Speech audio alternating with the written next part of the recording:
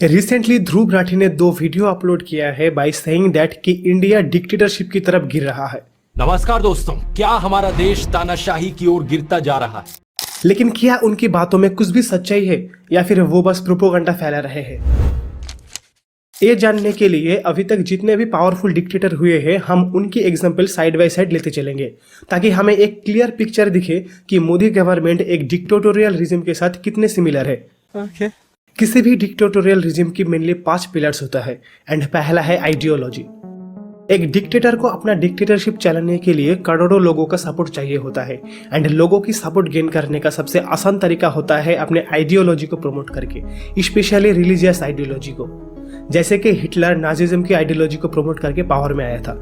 उसने अपने book main काफ में जाति को सीधा नेशनलिज्म के साथ जोड़ा है। आईसिस भी सलाफी इस्लामिक कैलिफेट की आइडियोलॉजी पर रूल करती है। अब मोदी जी के केस में बीजेपी की कोर में है आरएसएस, जिनकी आइडियोलॉजी है हिंदुत्व सुप्रीमेसी। 2014 में बीजेपी गवर्नमेंट पावर में आने के बाद से ही इंडिया में तेजी से कम्युनल वायलेंस बढ़ा है। अब मैं ये नहीं कह रहा हूँ कि सिर्फ बीजेपी ही कम्युनल पॉलिटिक्स करती है। इंडिया की ऑलमोस्ट सभी पॉलिटिकल पार्टी थोड़ी बहुत जात पात की पॉलिटिक्स करती है, लेकिन बीजेपी कुछ ज्यादा ही करती है। अपने पिछले महीने की इस वीडियो को तो जरूर देखा होगा।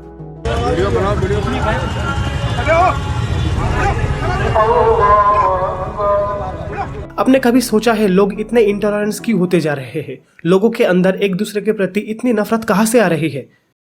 अब एक बार पावर में आने के बाद एक डिक्टेटर देश के की इंस्टीट्यूशन को कंट्रोल करना शुरू कर देता है एंड ऐसा करने के लिए वो अपने लॉयल ऑफिसर्स को देश की की इंस्टीट्यूशन में प्लेस करता है। जैसे कि रिसेंटली 3 में से 2 इलेक्शन कमिश्नर्स को मोदी जी ने अपने मर्जी से अपॉइंट कर लिया है। तुम यह कैसे कह सकते हो कि मोदी जी ने अपनी मर्जी से अपॉइंटमेंट किया है? अपॉइंटमेंट के प्रोसेस की वजह से मैं ऐसा कह रहा हूँ। मार्च 2023 में सुप्रीम कोर्ट की 5 जजों वाला कॉन्स्टिट्यूशन बेंच ने कहा था कि जब तक यूनियन गवर्नमेंट कोई नया कानून बना नहीं देता तब तक prime minister, leader of opposition and chief justice of India मिलकर इलेक्शन कमिश्नर्स को अपॉइंट करेंगे। लेकिन दिसंबर 2023 में मोदी गवर्नमेंट ने एक नया कानून बना दिया and chief justice of India को इस प्रोसेस से हटा दिया। उन्होंने कहा कि अपॉइंटमेंट के लिए prime minister, union minister and leader of opposition होंगे। मैं मानता हूं कि सुप्रीम कोर्ट ने कानून बनाने के लिए कहा था, लेकिन अगर सरकार को डेमोक्रेटिक तरीके से ही अपॉइंटमेंट करना था तो उन्होंने सीजीआई को हटा के अपने ही एक यूनियन मिनिस्टर को क्यों लाए? इस बार की अपॉइंटमेंट में शामिल थे PM Modi, home minister Amit Shah and leader of opposition Adhir Ranjan Chowdhury. लेकिन अधीर रंजन चौधरी ने कहा कि अपॉइंटमेंट से एक रात पहले उन्हें 212 नामों का एक लिस्ट दिया गया एंड मीटिंग से ठीक पहले 6 नामों का शॉर्टलिस्ट दिया गया। उन्हें टाइम ही नहीं दिया गया ये चूज करने के लिए कि किसे अपॉइंट किया जाए। इसीलिए मैंने कहा कि पीएम मोदी ने अपने मर्जी से इलेक्शन कमिश्नर्स को अपॉइंट किया है। इसके अलावा ईडी और सीबीआई तो है ही सेंट्रल गवर्नमेंट को मदद करने के लिए। जैसे कि मैंने इस वीडियो में कहा था, 2014 से लेकर अब तक जितने भी ईडी ने इन्वेस्टिगेशन किया है उनमें से 95% केस ऑपोजिशन लीडर्स के ऊपर है। और इससे भी शॉकिंग बात यह है कि 17 सालों में ईडी ने सिर्फ 25 केसेस को कंक्लूड किया है। अब अगर देश की कोई इंस्टीट्यूशन ठीक से काम नहीं कर रहा है तो उसे सुधारने की जिम्मेदारी आती है जुडिशरी पर, लेकिन कोर्ट्स की हालत भी बहुत अच्छी नहीं है। सीजीआई रंजन गोगोई की टेन्योर में सरकार के पक्ष में बहुत सारे जजमेंट आए एंड रिटायरमेंट के बाद रंजन गोगोई बीजेपी की टिकट से राज्यसभा एमपी बन जाते हैं। इनफैक्ट पिछले महीने ही कोलकाता हाईकोर्ट के जज अभिजीत गांगुली ने अपने पोजीशन से रिजाइन कर दिया एंड बीजेपी को ज्वाइन कर लिया। उन्होंने खुद एडमिट किया है कि रेजिग्नेशन से पहले ही उन्होंने बीजेपी को अप्रोच किया है। तो अगर कोई जज पॉलिटिकल पार्टी के टच में रहता है तो वो कितना अनबायस्ड डिसीजन ले पाएंगे? अब अगर आप इन सारी इंसिडेंट्स को किसी डिक्टेटोरियल रिजिम के साथ कंपेयर करोगे तो आपको कुछ ऐसा ही दिखेगा। जैसे कि नॉर्थ कोरिया में किम जून उनकी पार्टी वर्कर ही सारी की इंस्टीट्यूशन को कंट्रोल करती है। अभी तक एक डिक्टेटर पावर गेन कर चुका है, देश की इंस्टीट्यूशन को भी कंट्रोल कर चुका है। अब बारी है मीडिया को कंट्रोल करने की। हमारे देश की मेन स्ट्रीम मीडिया की क्या हालत है ये तो आपको पता ही है। फिर भी अगर कोई चैनल सरकार को क्वेश्चन करता है तो उस चैनल को ही खरीद लिया जाता है।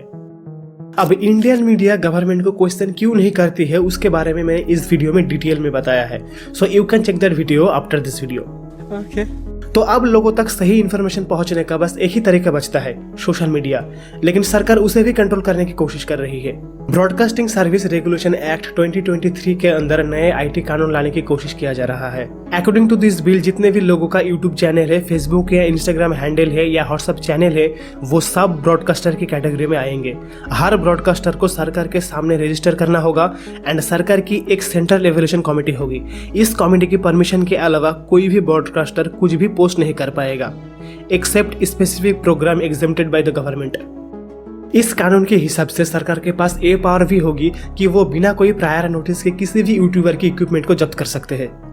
अब आप इस चीज को किसी डिक्टेटोरियलिज्म के साथ कंपेयर करके देखो। जैसे कि हिटलर पावर में आते ही एक प्रोपेगेंडा मिनिस्ट्री की ही शुरुआत कर दी थी। न्यूज़पेपर, रेडियो, फिल्म सबका यूज किया गया नाजी आइडियोलॉजी को प्रमोट करने के लिए। इनफैक्ट आर्टिस्ट एंड जर्नलिस्ट को यूज किया गया ओपोनेंट पार्टी को पोजीशन से हटाने के लिए।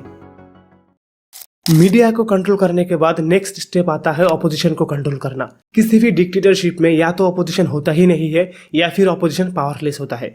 जैसे कि रशिया में इलेक्शन तो होता है लेकिन कोई भी पुतिन के अगेंस्ट खड़ा नहीं हो सकता है, और अगर कोई पुतिन के खिलाफ जाता है तो उसे जहर दे दिया जाता है। इंडिया के केस में पिछले कुछ दिनों में ऑपोजिशन पार्टी के बड़े बड़े लीडर को जेल में डाल दिया गया है।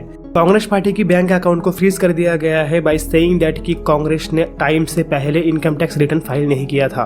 1993-94 की एक केस के लिए कांग्रेस पार्टी को आईटी डिपार्टमेंट ने एक नोटिस दिया है, एंड 2017-18 की एक केस के लिए 29 मार्च को 1700 करोड़ का टैक्स नोटिस दिया गया है। उसी दिन कम्युनिस्ट पार्टी के ऊपर भी पुराना पैन कार्ड यूज करने के लिए आईटी डिपार्टमेंट ने 11 करोड़ का पेनल्टी नोटिस दिया है। कांग्रेस पार्टी का तो ये तक कहना है कि उन्हें पेड एडवर्टाइजमेंट भी छापने नहीं दिया जा रहा है। एक ये ऐड था, एक ये विज्ञापन था जिसमें हम 8,252 करोड़ का चंदा जो भारतीय जनता पार्टी को मिला है उसको पेपर में छपवाना चाहते थे। इसको छपवाने के लिए हमने नीचे अपना नाम भी दिया, सारा ब्यौरा दिया कि चंदा दो धंधा लो चल रहा था। इस विज्ञापन को छापने से मुख्य जो अखबार थे उन्होंने मना कर दिया। वो डर गए, उन्होंने कहा हम ये नहीं छाप सकते हैं, जबकि ये विज्ञापन था, हम इसके लिए पैसे भी दे रहे थे। ऐसे में फ्री एंड फेयर इलेक्शन कैसे हो सकता है, ये सवाल मैं आपके लिए छोड़ता हूँ। अब सब कुछ कंट्रोल करने के बाद एक डिक्टेटर का फाइनल स्टेप होता है खुद के बारे में पॉजिटिव इमेज दिखाना। TV, news, social media, movies, हर मीडियम का यूज करके सुप्रीम लीडर के बारे में एंड उनकी आइडियोलॉजी के बारे में अच्छी अच्छी बातें बताई जाती है। ऑपोजिशन पार्टी की लीडर को जानबूझ के पप्पू दिखाया जाता है ताकि उनके सामने सुप्रीम लीडर अल्फा मेल दिखे एंड लोगों को लगे कि मोदी हमारा पति, हमारा भाई, हमारा बाप, हमारा गुरु है। आप सब बोलिए, क्यों आपको लगता है कि मोदी जो और योगी जी वो विकास दे पाएंगे जो और कोई नहीं दे? हम उनके ऊपर दिल दे बैठे हैं। अब मैं ये नहीं कह रहा हूँ कि हमारा देश डिक्टेटरशिप बन चुका है एंड मोदी एक डिक्टेटर है। मैं बस ये कह रहा हूँ कि सरकार के जिस तरह के तेवर है, जिस तरह के वो डिसीजन ले रहे हैं, उससे हमारा देश डिक्टेटरशिप की तरफ गिर रहा है। डेमोक्रेसी से डिक्टेटरशिप तक का एक स्केल होता है, अलग अलग टर्म यूज किया जाता है। इसी महीने स्वीडन की वैराइटीज ऑफ डेमोक्रेसी इंस्टीट्यूशन ने डेमोक्रेसी रिपोर्ट 2024 रिलीज किया है, एंड इस रिपोर्ट में इंडिया को इलेक्टोरल ऑटोक्रेसी की कैटेगरी में रखा गया है, फुल डिक्टेटरशिप से बस 2 कदम दूर। इसका मतलब देश में मल्टी पार्टी इलेक्शन तो हो रही है लेकिन सभी पार्टी को एक फेयर प्लेइंग फील्ड नहीं मिल पा रहा है। लेकिन मुझे हमारे देश के लोगों पर पूरा भरोसा है, वो किसी भी तरह की तानाशाही को बर्दाश्त नहीं करेंगे। इससे पहले भी इंदिरा गांधी ने कोशिश करी थी लेकिन हमारे देश के लोगों ने उनके खिलाफ वोट करके उन्हें हरा दिया था। हमारा देश एक डेमोक्रेसी था, डेमोक्रेसी है और आगे भी डेमोक्रेसी ही रहेगा। कोई भी हमारे देश में तानाशाही स्थापित नहीं कर सकता। जय हिंद।